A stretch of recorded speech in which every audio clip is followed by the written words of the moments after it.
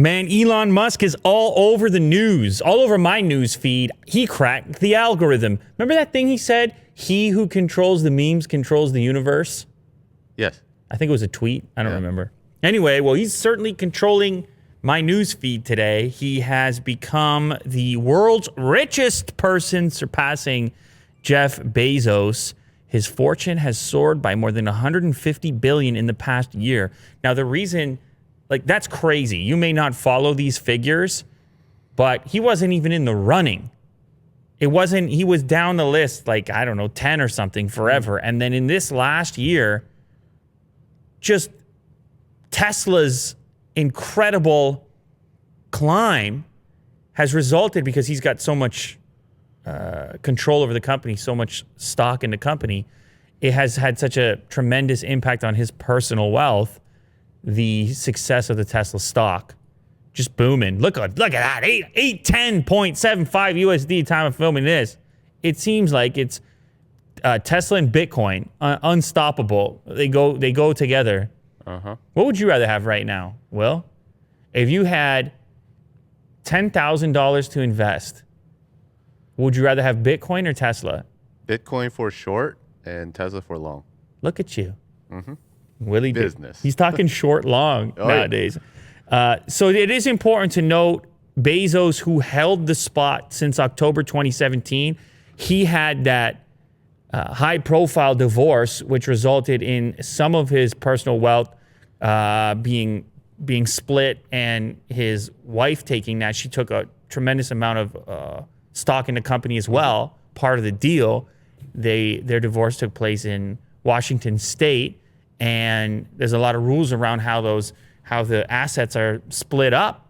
Yes. And so she ended up with tremendous amount of assets herself, becoming like the world's richest woman. Instantly. Just rocketed up. Or very close to it. So had that not happened, then Musk would still be trailing Bezos by a fairly large margin. The number right now is around 190 billion as of today, which is just ahead of Bezos, but that showcases to you how crazy the 150 billion in net worth in 1 year is, because the total figure's not even right around 190. Yes. So you see what's happening here, Will? That means he was only sitting at 40 billion prior to that. I mean, only 40 billion. Is there a Elon Musk stock? Yeah, that's what you need to invest in. Just invest into him. Just invest directly in there. Tesla's share price has surged 743% on the back of consistent profits and the ability to keep selling automobiles when pretty much the whole sector was down in 2020, as we covered on a recent episode. As far as Bezos is concerned, he ceded a quarter of his Amazon stake to his ex-wife, Mackenzie Scott. And then he also is doing some philanthropy. He donated around $680 million in November, so that created a little space there for Musk to catch up. But you talk about 150 billion in 1 year, Will. What happens next year? And the year after? This is why you want to bet on Elon. I can tell that's why you want to make that investment over there. It's pretty amazing. I don't know if it can continue. One thing to note, I'm not to be a downer here on your potential investment. Yeah. The other automakers are starting to take electric pretty seriously right now. I got another story coming up really soon here about how seriously. And so maybe it's not golden forever. I just have to put that piece out there. Yeah. It's quite possible. I'm not saying I'm making the bet against Tesla. I'm just saying. Sticking with Elon Musk, since he took over my feed, he tweeted out, use Signal, trying to tell people essentially to bail on WhatsApp. This story, many people sent this to me, Will. Many people are concerned, and they're big-time WhatsApp users. A lot of our audience using WhatsApp. Well, there's a new terms of service, which appears to stipulate that your communications and personal information are going to be transmitted to Facebook. And you have a choice to opt in, and that's it. That's your choice. Opt in or you're done. Yeah. You can opt in or you can say goodbye to the application forever. And so for those that are, because the app will just stop working without you accepting this. So for those that are not happy with those new terms, they're looking for alternatives right now. And it's no surprise that Elon is trying to encourage people to move over to other platforms. He's had his public beef with Zuckerberg over a variety of who knows what, but he has publicly stated that Facebook is lame. He does not use Facebook, et cetera, et cetera. And he has also, to a certain extent, blamed Facebook for what happened at the Capitol building. He published a meme talking about the domino effect. And I guess that's coming in my next story. So why don't we just head right over to it? The domino effect, meaning that Facebook's origin story as a website to rate women on campus has somehow led to the state of the Capitol as of yesterday. And I don't know if you can find the meme if you scroll down. The meme does a better effect. After all, that's the purpose of these memes. This is called the domino effect. So from one end, on the small little domino, which is about to tumble much larger ones, a website to rate women on campus. And then on the other side, the Capitol seems to be under the control of a man in a Viking hat. Which is true. That actually did happen yesterday. 300,000 likes on this particular tweet. So no surprise, once again, Elon Musk, not the biggest fan of Zuckerberg or Facebook, and is in some kind of roundabout way sort of blaming Facebook for what happened at the Capitol. I don't know if they can take all the blame. As a reaction, it seems like Zuckerberg is taking a pretty strong stance against Trump by essentially banning him from the platform. Advertisers are also making adjustments based on what took place yesterday. Advertisers have pulled commercials around news coverage of the attempted coup at U.S. Capitol. I don't know if it's officially a coup. I guess anything involving the storming of a government building could be somewhat classified as such. The reason that this is interesting to us is because obviously we produce content, we talk about subjects, and we survive based on ad revenue in one form or another. And we've seen this happen in the past where you will have some unsavory political situation or violent situation or, even COVID when it first, just crisis, let's say. A crisis is usually not great for those of us that rely on ad revenue because advertisers get nervous and they say, we don't want to be associated with just the general sentiment of things going on right now. And so this is crazy. I actually found within this article, there was a period of time there where Fox News stopped airing commercials altogether at 1:30 p.m. yesterday. Oh. So everybody just put them on pause. They said, we don't want to be a part of it. Now, some of the experts and some of the salespeople and some of the various advertising executives have said, no. It's okay. You could be attached to the crisis stuff. Don't bail. But it hasn't worked. Advertisers are just really sensitive about this. And I understand it because you think about the sentiment of buying a product or service. You want to be in a kind of good mood, man. You don't want to have these subconscious associations between some crisis that you're seeing and the terror associated with it and the product or service. Those companies never want that association to exist in your mind, even if it's subconscious. So I get where they're coming from. I don't know if it's going to impact us in any way, but the source here as part of this Business Insider article is seeming to indicate that this pause button for the next 48 hours, maybe longer, is likely not just to affect the linear programming on cable television, but also social media and also places like YouTube, where we happen to be at the moment recording this and publishing this. So we'll see how long it goes on for, but I kind of get it, and it's a consequence and an outcome that many might not imagine takes place at first glance. They see this stuff happening in public. I'm not saying it's the most important thing either. You're probably not thinking of buying things if you believe there's a crisis taking place. Yeah, so it goes hand in hand. That's important to note. Like, I'm not saying it's bigger than the thing, but it is just this kind of collateral, downstream, one more version of Elon's domino effect. Yeah. Twitter has stepped up and locked Trump's account, stating that he's also facing a ban, severe policy violations. I mentioned earlier, Zuckerberg put a statement himself, obviously on Facebook, saying, look, we let Trump say whatever he wanted in the past, maybe not whatever he wanted, but everything that he has said in the past was somewhat allowed because of the special circumstance, him being the president, public official, there's different rules. And actually, Twitter has different rules too, where they were letting certain things come through because of the stature of the individual tweeting those things. There was the famous one right around the rioting time. I think he said loot. Once they start looting, we start shooting was the thing that he said. And people thought that one was maybe enough. Like, are you inciting violence? Like, what are you saying exactly? Twitter let that one stay, but these latest ones that did not clearly discourage what was going on, didn't clearly state, at least not at first. I mean, eventually it seems like he kind of got there. Twitter was like, you know what? We are at a point now where we feel like this could have a negative impact and actually affect people's activities and actions. And I guess they didn't want to partake. So they put him on the freeze button for real.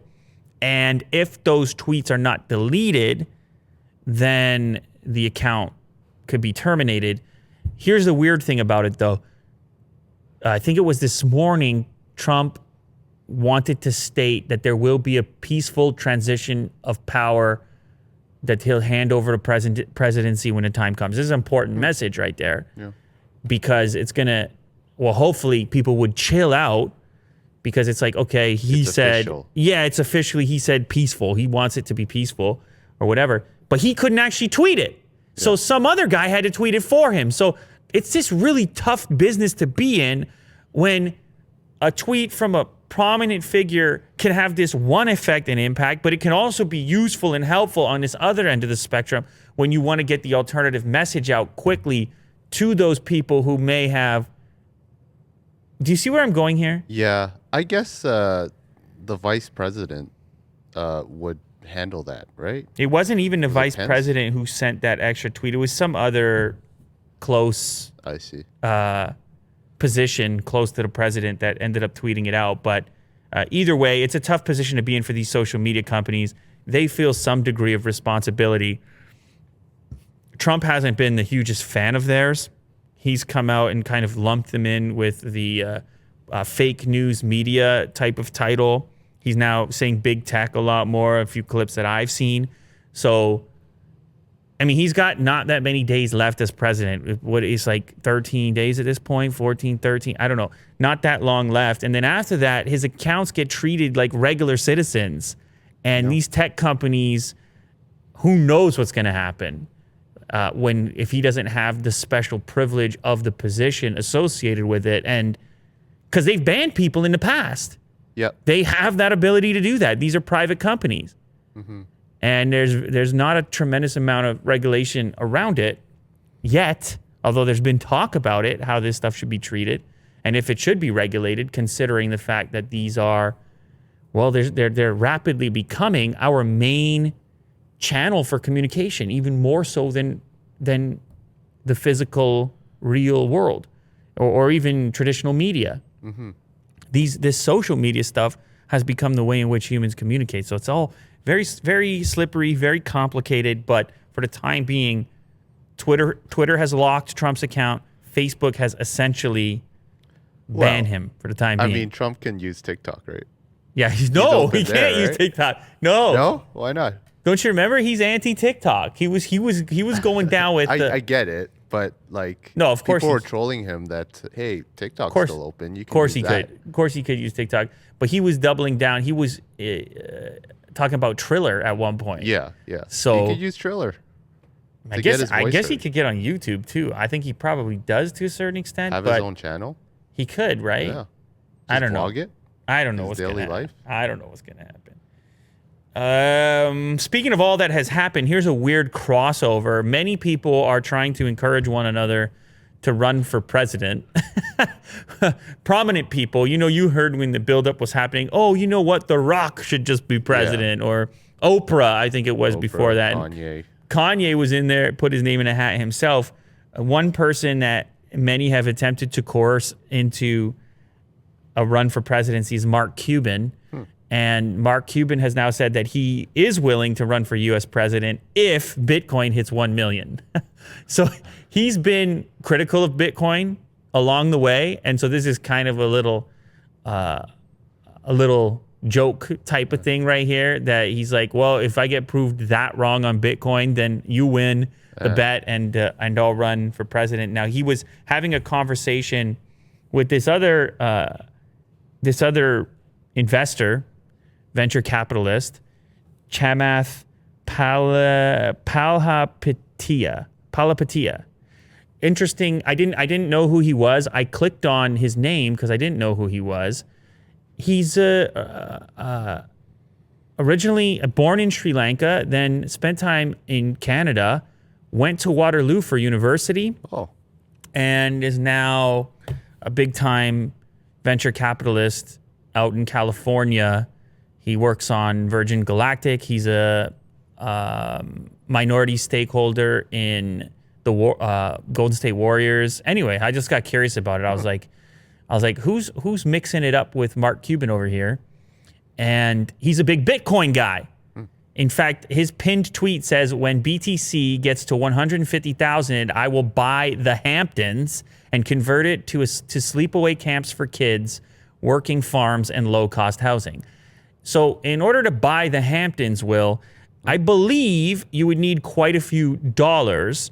And in order to get those dollars, you'd have to convert quite a few Bitcoins. So if Bitcoin going to 150K means that kind of cash for him, the insinuation there is that he's sitting on a tremendous amount of Bitcoin. Yeah. And so they have a little back and forth. Him and Cuban, they've probably disagreed on Bitcoin possibly in the past. And so now we have a bet in place that if Bitcoin can get to that level, Mark Cuban will be willing to run for president.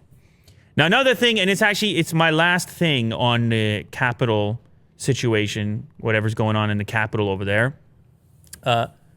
It was this, I started to see some tweets emerge from people showcasing the reaction, the international reaction to what was going on in the U.S.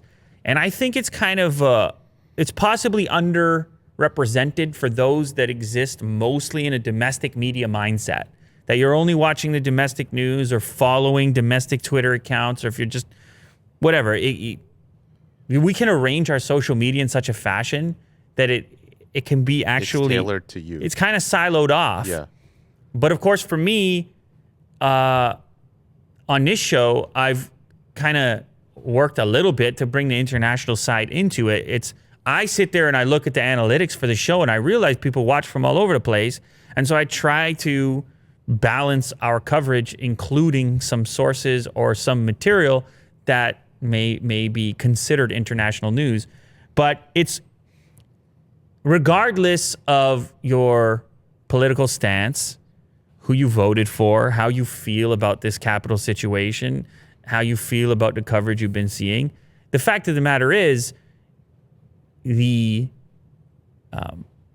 other nations are going to repackage this as they would have to in order to distribute what's going on in the U.S. to their citizens. Yeah. Whether it's France, or I saw a report from Turkey, and here we have this particular article from China. It's just not a good look, Will. Many have considered the United States to be a beacon for democracy, peace, things like this. And so now this type of coverage, these images can be used as leverage against those particular ideals. Yeah. And that's where China comes in over here. And of course, this is on the back of similar images emerging from Hong Kong, which we talked about way back whenever that was going on. And so we have, well, for example, and these things are not exactly the same, but they can be reconfigured as similar because the imagery is so close. Nancy Pelosi, who's the Speaker of the House, she once referred to the Hong Kong riots as a beautiful sight to behold. And for people who weren't of that particular political criteria in China, in Hong Kong, that would be obviously considered to be offensive. Yes. Now, I'm not making a case for either side. I'm just showcasing how this can create divisiveness, just not domestically, but also internationally. Yes. And an opportunity. That's what I'm trying to say here, which is it's a very difficult thing to put into words. The Chinese Communist Party's Central Commission for Discipline Inspection ran a commentary by political columnist Lan Linzong saying that the U.S.'s image as a beacon of democracy and freedom has been shattered.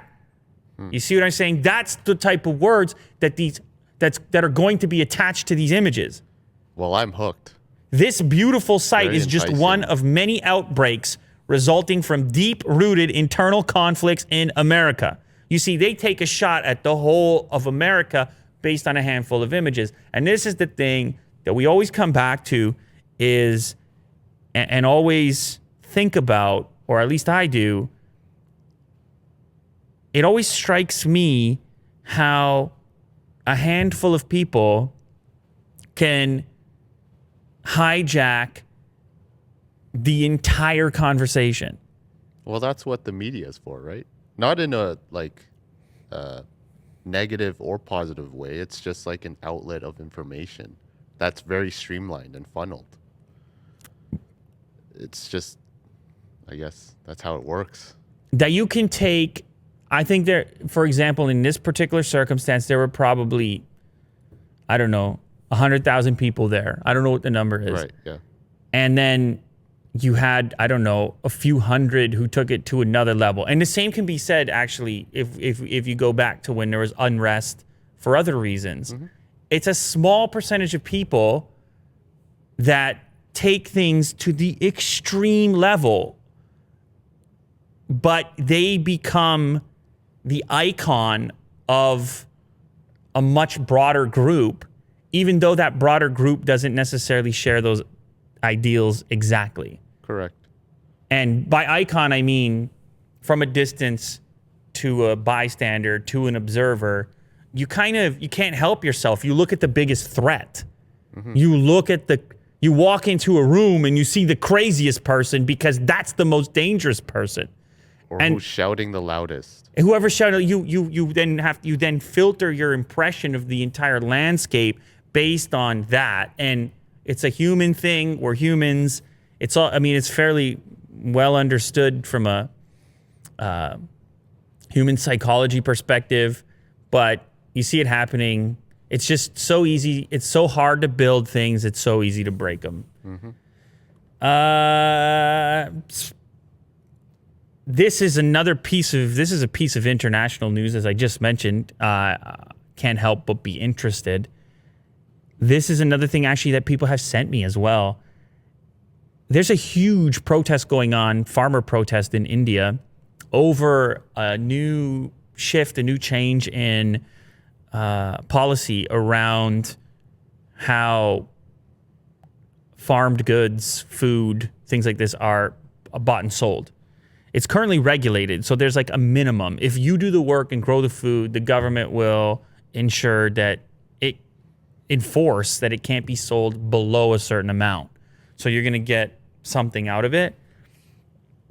Recently, there's been a push to open things up, deregulate it, and make it so that it operates more like a free market, lowest price wins, etc.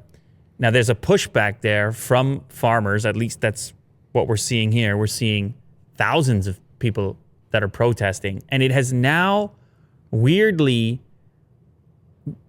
obviously these people they're actually unhappy for a couple of reasons. They're unhappy possibly because they disagree with the proposal, but they're also unhappy with how it got pushed through government. They feel like it didn't follow the correct channels or that it was pushed through, expedited in a certain way by the power of the individuals at the top. That's one of the speculations that's part of the unrest. But what's happened, it took a turn here where not only is there a protest going on, but they've decided also to attack a company that we talk about frequently on the show, which is Reliance Industries and their Geo network, cell network, who at one point were practically giving away data. We're practically giving away connections to eventually raise the price at a later date, get people on board, get people hooked. And so some of these protesters have begun to attack cell towers operated by Reliance Industries. 2,000 cell towers have apparently been damaged amid backlash over the potential for agriculture deregulation. Now, you might be wondering, why are you going to destroy some cell towers? And this is one of those things where it feels hard to get the real information out. Is it really just for the purpose of causing a ruckus? Or are there people here who see a connection between this deregulation and the relationship that Ambani might have with policymakers inside of India? Does he potentially stand to gain from this deregulation? He has the food shops over there already. Can he come in low ball? Can he come in and find efficiencies and dominate that marketplace, which could end up affecting these? Now he's not saying that. Reliance is not saying that. Reliance isn't even saying necessarily that they support this, because that might be a risky move at the moment. But people still seem to speculate that that might be possible. So this is my limited interpretation. I think it's a subject that, well, it's certainly a subject that many people have requested for me to take a look at and talk about. So I definitely wanted to do that. There's an important graph right there, by the way, as far as the percentage of Indians that live in a rural area, rural lifestyle. It's a very high percentage of the entirety of India. In fact, 65.5% of the Indian population lives in a rural fashion, which therefore showcases the importance of this particular unrest. It's a lot of people who rely on farming and rely on that way of life. China, for example, 36.7%, the US 17%, Japan, you can see only 8.3% of the population living in a rural fashion. So an interesting topic. You have this very old profession, the profession of growing food, weirdly interacting with this very new profession, the profession of telecommunications, and multi-billionaire status, and a potential dispute. Apple is launching a limited edition set of AirPods Pro to celebrate Chinese New Year. I don't know that they have ever done this before, Will. You tell me, can you remember a time where they put out a special edition product with a graphic that isn't an Apple logo? The closest thing I can think of is a red product, but it's not limited. It's just special. Right. And it's not, its own right. The red logo is really small and it's usually just in the fine print. Or like on the back. Well, this is a step further than that. To celebrate Chinese New Year, Apple has introduced a limited edition AirPods Pro. It will be available in mainland China, Hong Kong, Singapore, Taiwan, and Malaysia. This coming New Year is the year of the ox. I don't know if you knew that, Willie Doo. I don't know if there's no correlation between the what is it called when you have the zodiac? The zodiac signs? What's this? Wait, what is the zodiac? Constellations? Is that the thing, like you're born in a certain month and then there's some sort of constellation associated with that? Yes. Are we crazy right here? Like, obviously, you can tell I do not follow this stuff. Some people follow this stuff so much. They're like, well, you know what? I can't show up to the party. I'm a Gemini. And you're like, wait, what? What does that do? Yeah, we don't click here. You're like, wait, what? What does that have to do with it? Some people follow to that degree. Yeah. So for myself, I'm born in May. Trying to remember there. Yeah, beginning of May. So I'm Taurus. So I'm the bull, not the ox. Okay. I thought I might be the ox. What are you, Will? I'm Scorpio. You're Scorpio. Okay. Yeah. So that's a scorpion. It's a scorpion, yeah. That's pretty cool. It is very cool. I really like it. That's kind of cool. Well, anyways, so it's the year of the ox, and Apple created an adorable emoji to sit on the front of the AirPods Pro, right under the LED. Oh. It's kind of a cute looking ox, actually. Yeah. I don't know how they would decide what style of artwork. Like, I get that you want to do it, but I wonder how many revisions, how many different drawings they looked at. They're like, nope, that's the one. Yeah. Now, they also, by the way, they modified the Apple logo itself, which is another thing I feel like they do not do very often. During their events, they might do stuff. They play with it. But the line art is very rare for them. Yeah, that's a very strange looking Apple logo. They've made it, of course, look like an ox as well. So there's a dedicated ox icon emoji inscription, but then on the sale page, there's also this ox-like Apple logo.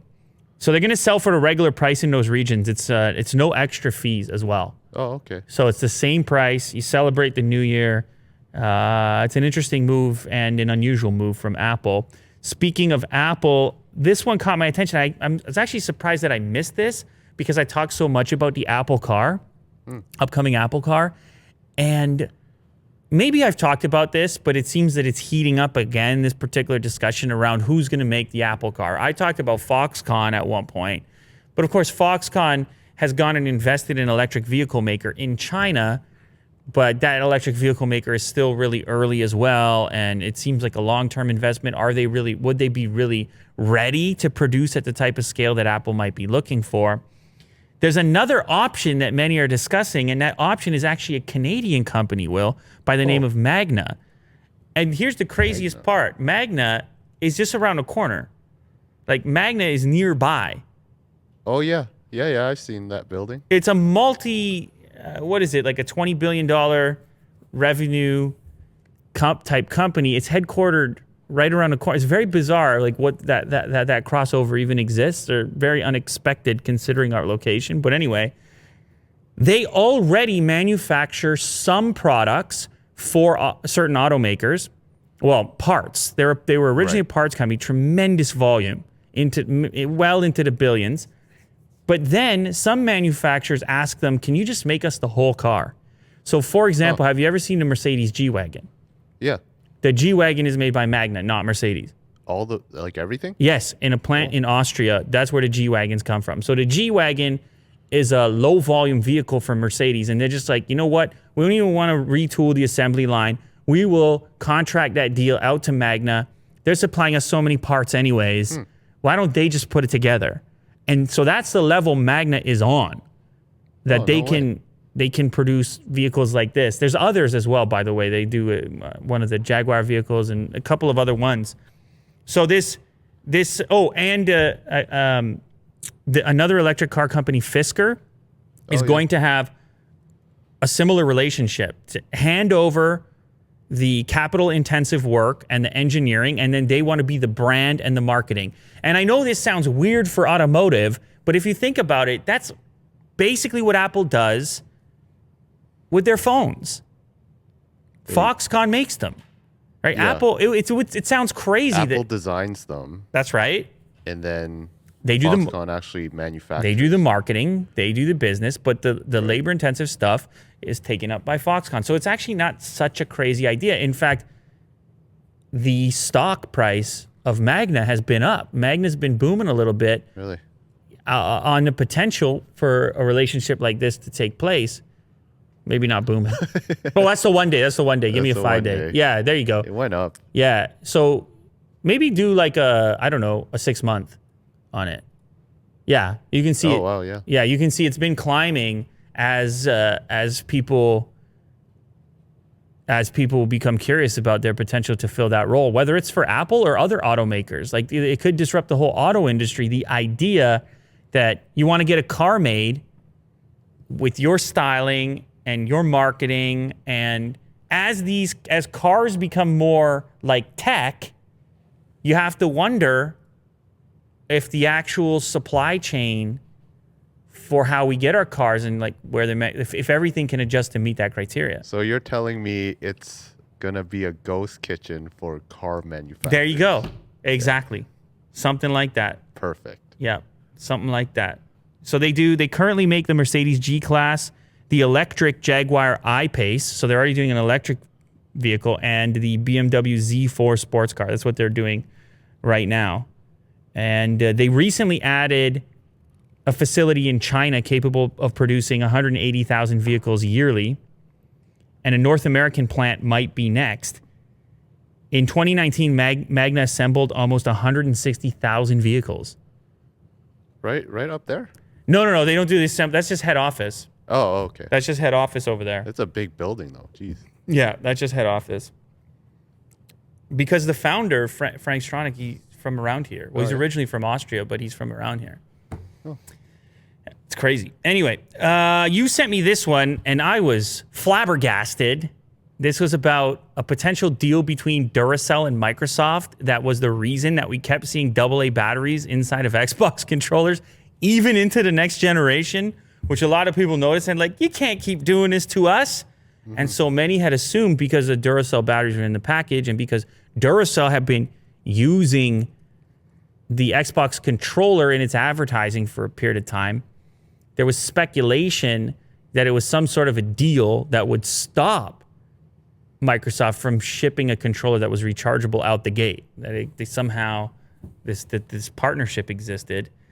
Well, they have a partnership because obviously the Duracell batteries are in there when you buy it, but that original article was quickly disputed with a comment from Microsoft themselves. They didn't like that news story getting out there, that in some way they were holding people back because of some business deal with Duracell. So here's the quote from Microsoft veteran Jason Ronald, partner director of program management for Xbox. Here's the quote. What it comes down to is when actually talking to gamers, it's kind of polarizing and there is a strong camp that really want AA's. So just giving flexibility is a way to please both sets of people. You can use a rechargeable battery pack and it works just like it does on the Elite, but it's a separate thing. Here's the rest of it. We intentionally offer consumers choice in their battery solutions for our standard Xbox wireless controllers. This includes the use of AA batteries from any brand, the Xbox rechargeable battery, charging solutions from our partners, or a USB Type-C cable, which you can plug into the console or the PC. I believe him. I was skeptical that it was a Duracell deal. It might be a small deal, but not enough to shift them to that degree. I have to say, though, the AA thing's a bit crazy. For me, if you have to ask which camp I'm in, it's a bit crazy. I know they'll sell you the play and charge kit with the rechargeable battery. I understand that, but I think it should come with it out the box. And if you want to keep the option to throw AA's in there, then just keep the design, but have the play and charge kit installed out the box. I agree. There's a way to do this, right? And I'm glad they did the USB Type-C, but we've been playing Forza at home, and we've been just replacing AA batteries because we just had the stock Xbox Series X that we've been playing on. Yeah. I should really probably bring the Elite controller home because, as you mentioned, if you do buy the Xbox Elite controller, then it's rechargeable out the box. And by the way, Forza on the Xbox Series X looks great. I just felt the need to reiterate Forza that. Horizon, yeah. Looks great on the Xbox Series X.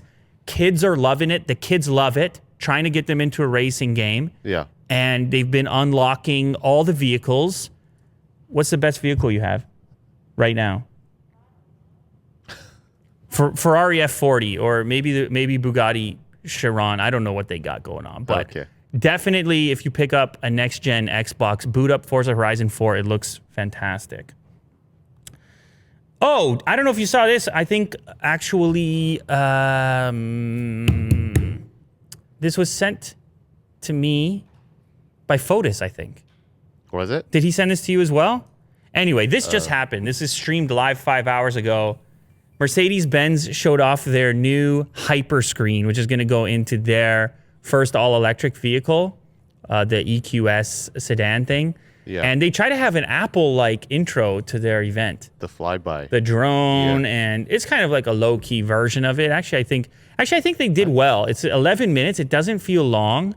And they did a good job of showcasing this new display. This new display is bananas. Okay. A screen like no other, as they state. I don't know if you want to fast forward a little bit. It's enormous. You got to go past this girl. Look at this thing. Oh, yeah. It's giant. It spans the entire dash. It's actually 3 screens, but they've integrated them in such a nice way that it feels flush, like the whole thing. Right. They've done a whole new user experience on there. What the driver sees, what the passenger sees, what the center dash sees. They've really, they've revamped it. They've made it feel so much more futuristic. And what I like about it is that they have this technology, Will, where the passenger can be watching a movie on their section of the display with Bluetooth headphones, but the driver, it's like one of those privacy filters. The driver can't see it, so they won't be distracted. Oh, right. So it's almost like one of those 3M films, but it's turned on or off. Isn't that cool? That's cool. So I'm guessing it's like a sheet of glass, but there's 3 screens. Yeah, there's 3 screens underneath, but it's completely flush, and it's cut around a cool dash-like shape. Cool design. And the center screen looks enormous. Yeah, that's really cool. They all seem to fit together nicely, too. This is tough business to design something like this. Now, I'm guessing that you would then be able to plug this into a variety of models, I would hope. That it won't just be the EQS. I don't know. Maybe they mentioned it in this presentation. But at first, you're going to be able to experience this interface and this display in that EQS. That's the model that they're talking about with the tremendous electric range. Okay. Of, I think it's... They restated at the end. I think it's 700 miles. Am I crazy? Is it 700 kilometers? Must be kilometers. Go to the end there. I want to get that right. Okay. He walks up. Yeah, here it is. He goes, the premiere in the new EQS, and he shows the silhouette of the EQS, which you've seen the images of. Electric range of 700 kms. Yes, of course. What am I, crazy? 700 kilometers. Still nice. Uh-huh. Very nice. Very curious. I'm interested in this vehicle. It's going to have a display like that and going to have a range like that. That's pretty amazing. So anyway, go check it out. They call it hyperscreen. It's interesting to see how these different manufacturers approach what they consider to be futuristic. Here's a cool one. A little read here on the history of Xbox. The reason it made it into my feed is because there's a funny moment in here about a meeting between the early Xbox builders from Microsoft and Nintendo. And originally, they actually pitched Nintendo. I don't know if you saw the headline. I did, yeah. They pitched Nintendo that they would just make the hardware and Nintendo would do the software. They're like, listen, Sony and PlayStation, their stuff is ahead of you on the hardware side, but you guys are great with the games. They talked down on Nintendo. Yeah, they talked down on Nintendo even though they've never made a console. And apparently it was an hour of Nintendo laughing. So that's kind of a funny moment in there. But it is an interesting read anyway, because you realize that it was a huge undertaking to try to enter the console gaming market when Microsoft did, dominated by the Japanese companies. You had obviously Sony, obviously Nintendo, but you also had Sega, and a variety of other smaller ones. But Panasonic to a certain degree. Who made Turbo Graphics? I don't know. Anyway, that's even earlier. But my uncle had one, and I thought it was the coolest thing ever. NEC, another Japanese company. Oh yeah. So, anyways, the point being is that it wasn't like they were in any kind of position to be calling their shots, considering the fact that they had no history. Now, they did have the history on the computer side from an operating system perspective, so they had something going for them. And anyway, it covers some interesting elements of how they got where they were going. Big part of it was actually their relationship with Bungie. They had to figure out a game, and Bungie needed money. Yep. And that's how Halo came out. And I just don't know what would have happened to Xbox without Halo. Yeah. I think Gears of War was also a main hit. Way later. That was way Was it later. later? Yeah, that's not original Xbox. Oh yeah. That was 360. Yeah. Yeah. Original Xbox didn't have much going for it, but Halo, when I had people over, they played Halo, they were like, I'm going to get an Xbox. That was a real thing that happened. Now, the other thing to mention, the controller was enormous at first. I don't know if you've ever gripped onto an original Xbox controller from Generation 1 console, but it flopped in certain regions. It flopped pretty much everywhere, but it flopped 100% in Japan because they were like, this thing is huge. We too big for our hands over here. So much so that they quickly had to revamp it and do a Japanese version of the controller. And if you go back to the Bloomberg article, you can see a picture of Bill Gates holding the Japanese-style controller. You have to scroll down. I'm sure you might have to scroll for a bit. Just stop when you get to it. He's holding the new Japanese controller next to a hamburger so that they know, okay, cool, there's finally size comparison. Yeah, there's finally a controller that is suitable here. It's actually quite a long read. It's interesting if you like gaming or you're curious about the history. It's going to be the next one, I promise. There it is. So that's the new controller, which I remember when that came out. I also bought one, and I also preferred it. But he's trying to show you next to the hamburger, look, it's not as big anymore. It's cool. You're going to like it. And that was that was actually a placemat at the Tokyo Game Show. And so, wow, what a time. What an era. And actually, since then, Xbox has really struggled in the Japanese market. However, my understanding is that the Series X has done better than expected over there. So it takes a long time to build a user base over here. Now, speaking of Nintendo, we have a report here that there is a new revision coming out. We already kind of talked about this, that they wanted to come out with something a little more powerful, possibly embracing some new technologies. I don't know if people consider the Switch to be next generation currently. Probably not. Because it's not 4K, right? But apparently the next model will feature an OLED screen, a new dock, 4K support, and more. So coming after the other big players in the space, obviously there's going to have to be some increased performance inside of there to support these higher resolutions at the frame rates you would want them to be at. But we are going to get a new Nintendo product. I think that's always exciting. Their take is always a unique one, whatever they come out with. Yeah. I mean, it's still going to be a Switch, but I'm curious to see how they treat the dock and all the rest of it. Amazon is now selling at-home COVID-19 testing kits. I'm actually surprised it took this long. This seems like a no-brainer. Everybody's on Amazon, shopping, next-day delivery type of stuff. And I understand a person administering their own test, that you might get you might be a little apprehensive about the idea. But there's a lot of people that aren't going to go to the testing facility they're just might be less likely to test at all. So anything to make that easier, I suppose, can be useful. This test is called the Dexterity COVID-19 Saliva at-Home Collection Kit. It detects the presence of the virus, but does not confirm immunity or detect antibodies. So it just tells you if you have it actively.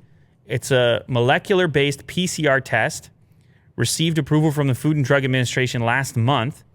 It differs from the quicker and less expensive antigen tests, which use the nasal swab and the throat swab. So it's not going to be instantaneous. The way this works, it's a spit kit. It's not cheap either, so it's going to cost you $110. But you're going to spit and then send it back. It's got the paid postage to go back. It's like a DNA test. Oh, yeah. And then in apparently 24 to 72 hours, you're going to have a response. So I don't know. It seems convenient. The apprehension, the criticism is that people could spoil their test by not being super clean about it or careful. That they could, what do they call that in science? If you mess up a test, you spoil it? No. Sullied? No. Become sullied? No, there's a contaminate. Yeah. You can how dare you? Did you ever watch The Office? Were you an Office guy? Oh, yeah. Yeah, you watched some of that? I'm a fan. Let me ask you, where... The U.S. version. Yeah, where did you watch? Where on Netflix? On Netflix, yeah. So you're like a lot of people. You binged it on Netflix at some point. I think I watched it probably prior to Netflix. I don't know where it was airing prior to that, but anyway, network show, high profile show, popular show. The new streaming platform Peacock is utilizing The Office to drive subscriptions. It's their headline thing. So it's no longer on Netflix. And Peacock is, let me get this straight, NBC. And NBC made The Office. Yeah. Yeah, so I guess it's just coming home now that they have their own streaming service. But what's crazy about it, if you look at their plans, if you scroll down, all of them are in reference. Oh, you got the wrong article there. Oh. Yeah, you're on the top Netflix shows over there. Oh. You're maybe one too far. Maybe I don't have it. Oh, you don't have it at all. This one I'm reading is on The Verge. Oh, is it this one? There you go. Oh, okay. You got it. So yeah, if you scroll down on this particular article, you'll see the 3 plans that they're offering up. And it's funny because normally it would be, I don't know, it would be around the features that you have within the app. But this is like how much of The Office you get. You can see the base plan, which is free, is you get The Office season 1 and 2. And then you get some other movies, TV, and shows. But it's going to be have ads in it, the free model. If you want to unlock every episode of The Office, plus extended cuts and never before seen footage and deleted scenes, and you want to get the access to TV and whatever else, it's $4.99 a month.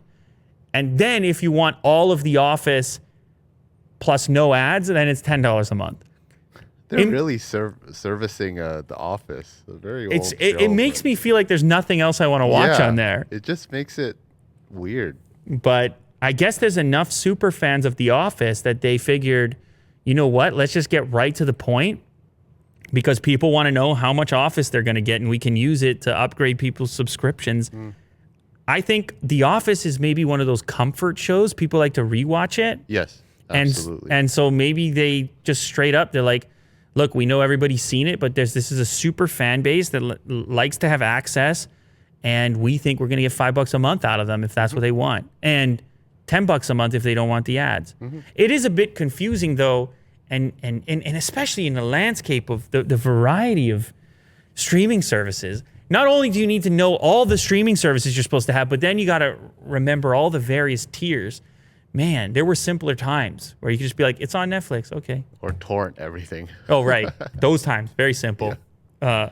But now, I mean, it's Peacock and Hulu and Netflix, Disney Plus. We talked about Discovery Plus yesterday. Unbelievable stuff here. Now, I think I lost the article that you went to next. Oh, yeah? You were looking at the Netflix, the top 5 Netflix shows, right? Yeah. I'm going to have to look at your screen. CNBC. That's what I was looking at. Netflix says these are, it's 5. I must have opened the same link twice. It's my fault, Will. I don't want you to feel like you're responsible at all. How dare you? Netflix says these are its 5 most watched original series. Now, this one is weird to me because we were talking the other day about Mandalorian and how it's a real flagship series for Disney Plus. It's generated subscribers and big budget and all the rest. And we were curious. We're like, well, Netflix has been around for a while. What is their flagship stuff? And so I thought of Stranger Things. I also thought about some of the money they paid for a lot of those comedy specials.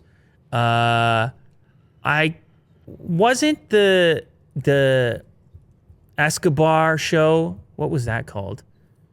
Narcos? God. What? Narcos. Narcos. Was that another one? Yes. Ozark is very good. Okay, Ozark. Anyway, they've done them. Yes. They've done them.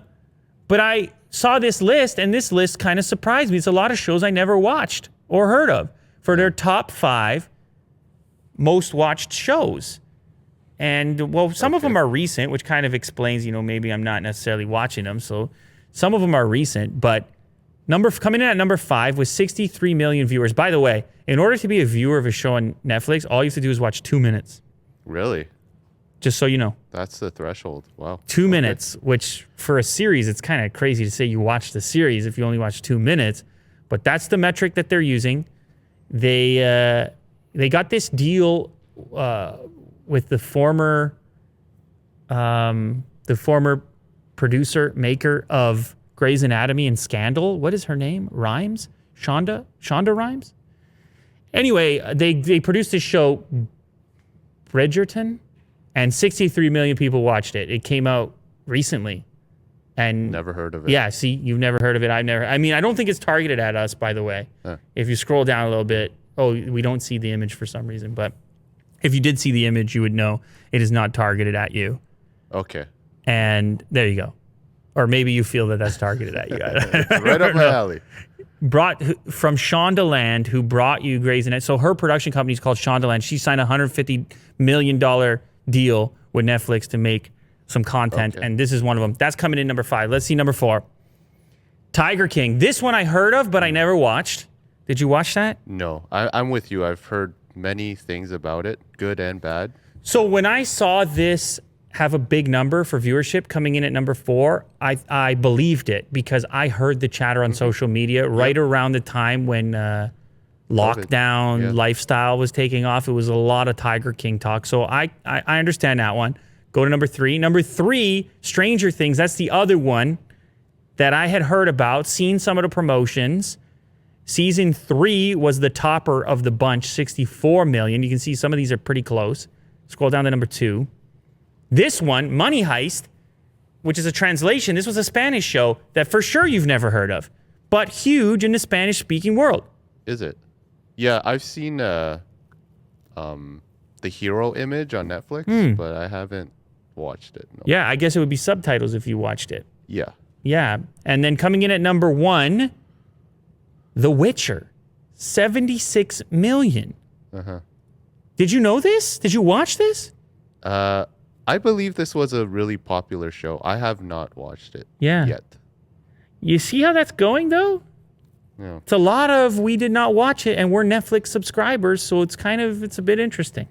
Yeah, but we don't watch anything really. Yeah, I don't watch enough stuff to even say maybe this stuff is amazing. But if you were curious of like what are the statistics of a popular show on Netflix, this should give you an idea. It's between 60 and 80 million. Between 60 and 80 million viewers is a hit, considered a hit original for Netflix.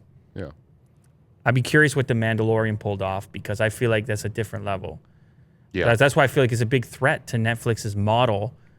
Disney's a powerhouse in that game, man. Next one here. Remember we were talking about those tiny little apartments in Hong Kong? For some reason, I feel like I like this better. Okay. This is called Nestron, and it is a tiny little AI-driven cube, and it looks sort of like an RV. It's a futuristic mini home. This is one way to do it if you got to live small. Okay. It's very smart. It's got all kinds of smart appliances and smart features. You can pre-order it right now for $52,000. I think that's less than the houses you're trying to buy. I'm looking for a house already. Might as well get 2 and then just get a plot of land. Now, that's only 263 square feet, but somehow it feels nicer than that other tiny apartment we were looking at. If you scroll down to the images, I don't know why it feels nicer. Probably the glass on there, the futuristic aspect of it. The entire structure is 8 meters long and 3.6 meters wide, but, it's kind of like an RV, but I don't believe it rolls around or anything. I don't think you could pack a whole family in there. They say you can, but to me, this looks more like a single or couple thing to take advantage of the tiny home movement. You can actually order one of these things from Singapore. They'll ship it to you. That will cost you a few more dollars, obviously. $52,000 to start. If you want to ship it to the U.S., that'll be $8,000. But again, still, I think it's cheaper than the houses you're looking at. Google Assistant has a mode that I'm sure you've never heard of. It's called Do Nothing mode. Isn't this the feature you've always wanted from your assistant? Do nothing? It's part of a promotion. It caught my attention because I was like, what are you talking about? It's part of a promotion for a chocolate bar in India. And there's an ad campaign where I guess when you're going to eat this chocolate bar, you want to do nothing. You're trying to just relax, I guess. It's kind of like your time. It's like Willie Do time. It's like, you know what? Do not, and the assistant will encourage you to do nothing.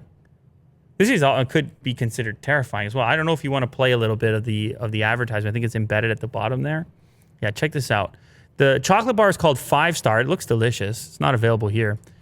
Apparently, the do nothing mode is only available in areas that sell the 5-star chocolate bar.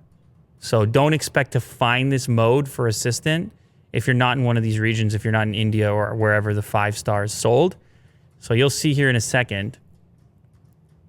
Guy's about to get a chocolate. There's about to be a guy with a chocolate bar, and his assistant is telling him to do nothing. Here we go. Prepare yourself.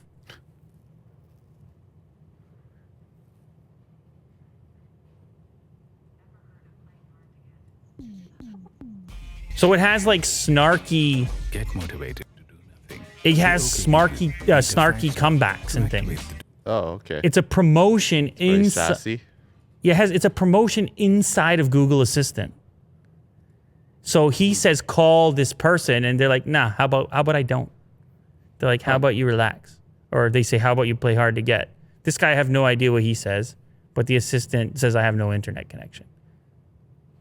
It's a gimmick, but it's interesting to me from a marketing perspective, the idea of humor and advertising inside of your assistant. It could be equally terrifying depending on the way you think of this. But obviously you have to opt into this. It's a neat little party trick and an interesting collaboration between a chocolate bar company, I think Cadbury makes it, and Google. How do you turn it off? No. You never get your assistant back. You just eat chocolate bars all day. Your phone is bricked. Yeah, that's right. Okay. Seem like a good deal to you? No, Of course. you trigger it by saying eat a 5-star. You say... Does it last like 5 minutes or something? Is there a time frame? Like when it ends? It's not covered in this particular article. I sense you're very concerned. It's not covered in this particular article. But I presume there's a way to turn it off. Yeah, okay. I hope there's a way to turn it off. All right, one more story here, which was sent to me by our pal Fotis as well. Yeah, I saw this article, and it's just like, I couldn't leave it because it was just too crazy. I couldn't leave it. This is a giant 14-foot statue of David Hasselhoff. It is terrifying. And he's smiling. It is just a terrifying statue. It was part of a SpongeBob movie, and for some reason, right now, Hasselhoff is auctioning off all kinds of memorabilia, signed stuff, replica of the kit car from Knight Rider. That's cooler to me than the statue, but I don't know. Maybe you like the statue if you're into some absurd stuff. The statue, the starting price on the auction is going to be $100,000. I would go for the Knight Rider car. Just saying. This is, you can either get the Knight Rider car or you can get nightmares for the rest of your life. It's up to you with the 100,000 the car foot is pretty cool. statue. The car is cool. I mean, come on, man. Look at that young Hasselhoff. But yeah, he's got there's a variety of things that are being auctioned off. Let me give you some of the other ones if you're interested. It's called the Hoff auction. It begins January 23rd.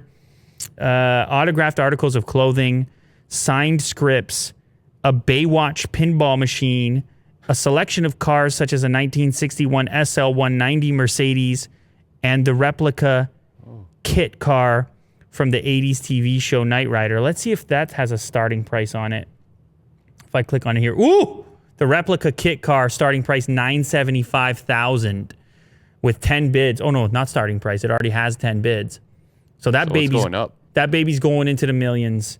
All right, I take it back. We got to go for the statue. Let's see what the statue's sitting at. It's staying at 100. It's sitting at 100,000 still. No bids. No one is prepared to live life with that 14-foot statue. Well, somebody is. Somebody's going to go for it. It's the beauty of the world and the beauty of the internet. It's 2021, ladies and gentlemen.